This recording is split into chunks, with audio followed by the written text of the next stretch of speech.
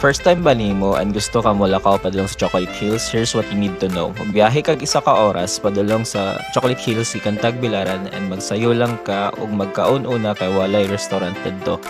Diri din mag-drop by ka para magpalit og entrance ticket for 100 pesos only.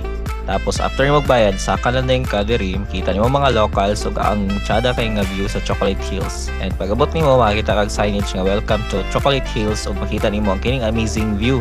Plus ang ilang I Love Chocolate Hills picture spot. Makita kag mga souvenir item, mga magnets, keychains, mga bags, and here's mga t-shirt from Island Souvenir. At bang sa souvenir market makita nimo ning Bohol UNESCO Gallery featuring the world-class tourist spots in Bohol. And free na din ka magbilin og mga butang diri silang baggage area before ka mosaka. As you go up, don't forget your sunscreen, bring umbrella and caps, and don't worry if kapuyan ka kay there are waiting sheds na pwede kang magstay and magpahulay. If solo traveler ka, dala og tripod kay helpful kay siya pag-abot sa taas para mag-take og pictures.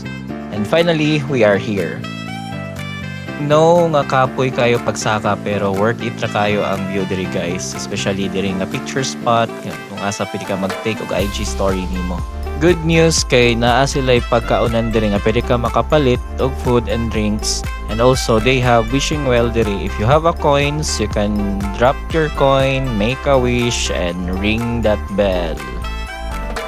Right after that, final tip, take a photos right away, avoid the long queues, and go ahead, strike your pose and make your IG worthy story.